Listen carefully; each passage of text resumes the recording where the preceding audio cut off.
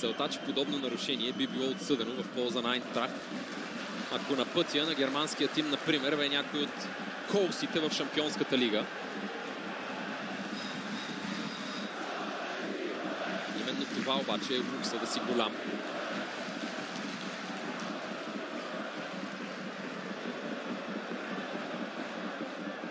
Галчев хвърля към Стефанов, който не успя да се пребори във въздуха. Кордоба сваля към Дарван. Топката трябва да бъде изкарана на фланга, където Уелтън я очаква. Фадига може да стреля. Фадига! Изключително!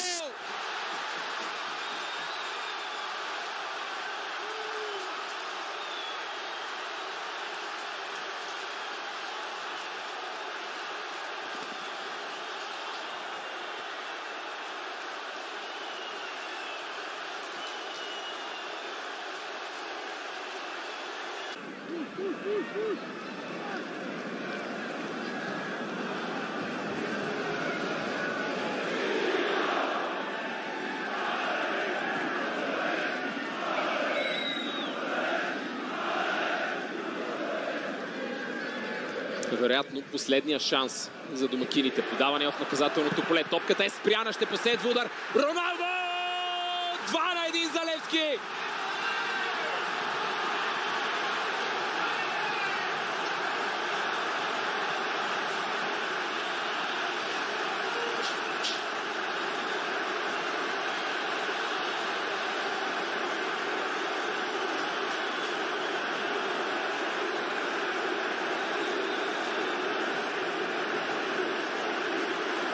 Галчев във вътрешността на халфовата линия, 7 Георги Миланов и 30 Филип Кръстев. Тройката в предни позиции е добре позната от анонсираната в дните преди матча атмосфера на стадион Георги Аспарухов е наистина впечатляваща и тя ще бъде сред основните козове на сините.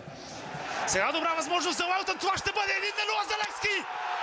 Първа минута на двубоя. Уелтън Фелипе открива резултата. Взривно начало на стадион Георги Аспарухов. Сините излизат напред. Кошмарно неразбирателство от центъра на отбраната на Паук. И ето как бразилската перла в селекцията на Станимир Стоилов взривява трибуните на Герена.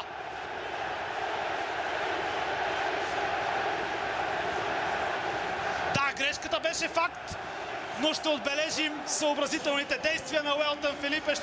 Ще отбележим, разбира се, и прецизния, хладнокръвния, майсторския. В разиграване с Дъглас Аугусто и топката отново е на левия фланг, където Андрия Живкович се справя с Галчев и центрира. След това ще има добавка и спасяване на Николай Михайлов. Когато Левски още едно спасяване. Отлична работа този път на Сонко Сундберг срещу Андрия Живкович. Така трябва да се действа срещу сърбина с много самочувствие, каквото до известна степен бихме могли да кажем, че липсва на Патрик Габриел Галчев. 4-3 сега за Левски. Георги Миланов за Билал Бари. 2-0 за сините! 19-та минута на двобоя. Билал Бари отново разпечатва вратата на Доминик Котарски. Страхотно контранападение на Левски. Георги Миланов с огромна заслуга за този гол. Не трябва. Днес опита наклонява везните към ЦСКА. Формата обаче изглежда на страната на Левски. Сега. Сигнал е даден. Начало на сблъсъка. ЦСКА срещу Левски. Поредно статично положение. Дойде ли време за първия случай, в който остава Босато да бъде тестван? Филип Кръстев. Намеса на Томас Лам, но тя не е достатъчна, така че опасността остава поне към този момент. Изчистването не е добро. Уелтън шутира в тялото на Мухър. Вандеркап сега връща опасността. Илян Стефанов не се ориентира достатъчно бързо. Десето се пренася пред другата врата. ЦСКА ще опитва на ВАР. Винаги би могло да е аргумент, защо дадено решение е подкрепено или променено. Така че ВАР го има, ВАР функционира, ВАР ще прегледа и това положение за евентуална дуспа, но ако не намери явна и очевидна грешка на Никола Попов, ВАР няма да сигнализира за това. Струва ми се и тази ситуация ще бъде подмината.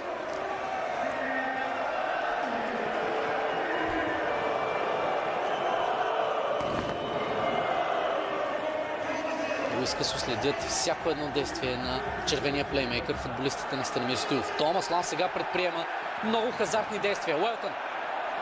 Една добра възможност за Левски. Уелтън опитва да нахлуе в наказателното поле. Спрямо в крайна сметка именно от Лам. Филип Кръстев. Илян Стефанов стреля. Левски повежда. 57 минути след началото. Левски се оказва напред на националния стадион.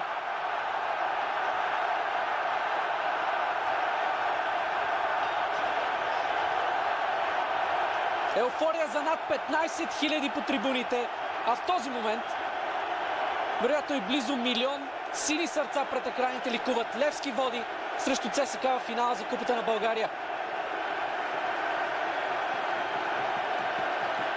Стана дума за това, че Степан появили със свежи сили Марин Петков. А това, дами и господа, е всичко. В този момент Никола Попов слага точка на този спор. Левски е носител на Купата на България за сезон 2021-2022. Левски успява да свали от трона в този турнир от последната година ЦСКА. Левски печели Купата на България. Син празник по трибуните е в този момент една огромна мъка за червените. 13 години по-късно, най-после мъчителното дълго чакане за син успех за Купа приключва тази вечер за сезон 2021-2022.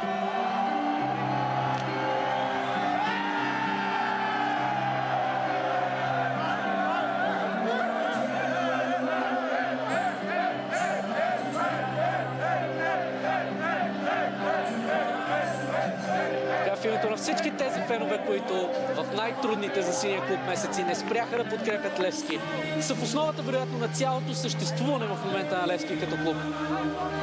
Футболистите на Станимир Стоилов го направиха, а Станимир Стоилов определено успя да преобърне абсолютно всичко в синия клуб.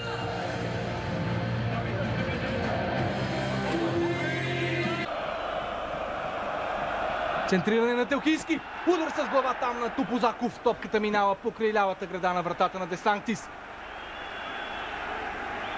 Нов ъглов удар. Отново Телкийски е зад топката. Натиск на сините. Ниско центриране. Просто и Русини игра с топката. Отново центриране в наказателното поле. Топката беше за 40 000 зрители са на крака. Целият отбор на Левски е в половината на Удинезе. Центриране! Удар с глава! Там Десантис не се намесва по най-добрия начин. След това защитник на Удинезе изчисти топката. Атаката на Левски продължава. Лусио Вагнер. Пад за Бардон. Много добро решение. Има възможност да центрира. Томашич пропуска. Удар на Боремиров. И гол! Гол! Гол! Ето го гол на Даниел Боремиров. 1-1. 52 минута. Даниел Боремиров изравнява. Ето! Започва обрата на Левски. Много важен гол на Боремиров. Ето този натиск в началото на второто полувреме. Даде резултата на сините. Ето тяхното желание е възнаградено. Желанието на 36 годишния Даниел Боремиров да помогне на Левски да сътвори нещо много голямо в турнира за Купата на УЕФА. В случай, че бе получил жълт картон, това ще да бъде втори жълт и респективно червен картон за Сапата. Така ще бъде. Телкийски. Удар на Топозаков с глава. Пасайовов. Пас наляво към Лусио Вагнер. Отново нещо обработено. Центриране на Вагнер към Томашич. Стои на глава. И гол! Гол! Игор Томашич бележи! 2-1 за Левски! Игор Томашич бележи! Отново Лусио Вагнер с ювелирно центриране. Този път Томашич засича топката. 2-1 за Левски. 62 минута на матча. Сините правят се